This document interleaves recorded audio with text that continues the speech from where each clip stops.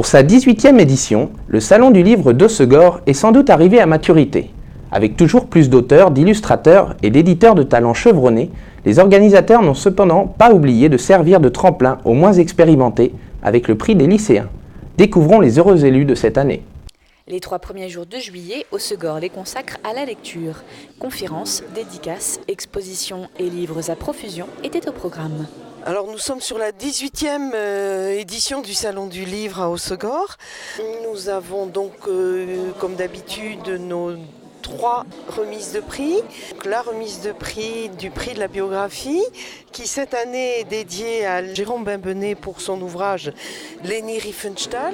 Ensuite, nous avons un deuxième prix, le prix de la nouvelle.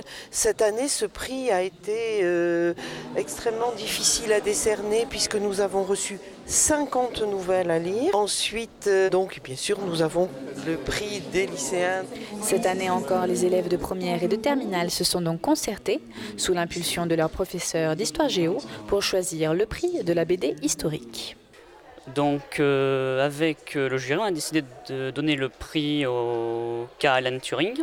Ça s'est fait relativement rapidement, comparé à l'année dernière où 2-3 BD sortaient du lot et on a dû trancher. Cette année, elle est ressortie très rapidement. On nous présentait le personnage d'Alan Turing, qu'on nous le présentait plus en sa totalité. Donc tel l'inventeur, celui qui a théorisé les premiers ordinateurs, l'intelligence artificielle, et qu'on ne se sente pas seulement sur son rôle dans la Seconde Guerre mondiale, où il a fait partie d'une équipe chargée de casser Enigma. Je le connaissais avant par des recherches pour le lycée, mais ça a été un personnage extrêmement intéressant à redécouvrir. Alors pendant mes recherches, je me suis juste concentré sur son travail, mais à le voir en tant qu'humain, voir qui est la personne derrière ses exploits, derrière ses théories, ça a été très, très intéressant à découvrir. Vous avez peut-être vu ce film qui est sorti l'année dernière qui s'appelait Imitation Game, qui raconte aussi la vie d'Alan Turing, qui est donc cet homme qui a, pendant la Deuxième Guerre mondiale, réussi à casser le code d'Enigma, Enigma étant la machine qui permettait au Führer de transmettre ses instructions à ses troupes, et particulièrement à ses troupes navales.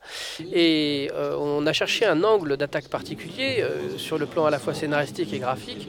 Sur le plan scénaristique, c'était l'idée que Alan Turing, qui était aussi bègue marathonien de haut niveau, homosexuel, au point que ça lui a coûté la vie, puisqu'il a été condamné à un traitement de castration chimique dans l'Angleterre puritaine, où l'homosexualité était condamnée à cette époque.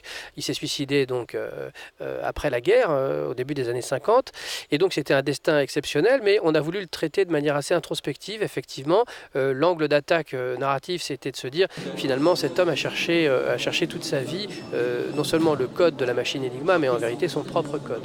Et sa traduction graphique a été celle qu'a trouvée Eric, avec beaucoup de projections oniriques, de trouvailles visuelles qui, moi, m'ont enchanté, et on s'est trouvé artistiquement tout à fait raccord et très rapidement sur la façon d'aborder, je pense, parce qu'on a senti la façon dont on avait envie de traiter ce sujet.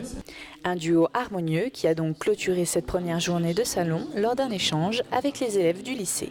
C'est toujours important de toucher les lecteurs, mais toujours plus touchant, je dirais, d'aller vers les jeunes et de voir que l'œuvre qu'on a fait, en tout cas le travail qu'on a fait, est compris par eux.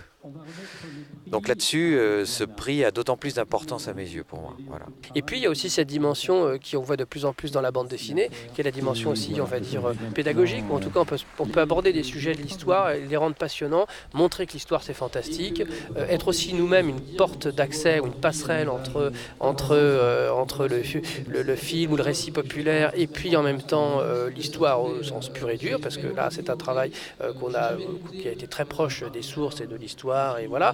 Donc la bande dessinée offre ça aujourd'hui, d'être un média qui permet justement d'être vraiment au sens premier un média, c'est-à-dire médiateur, et de rapprocher aussi les publics, particulièrement aujourd'hui où c'est d'autant plus important justement de pouvoir se souvenir de toutes ces époques tragiques et de conserver la mémoire. Et ça, on parle des réformes nombreuses en ce moment, et c'est un des enjeux majeurs que de conserver quand même la mémoire de notre culture. C'est peut-être la bande dessinée qui va sauver les classes d'histoire géo. Ouais.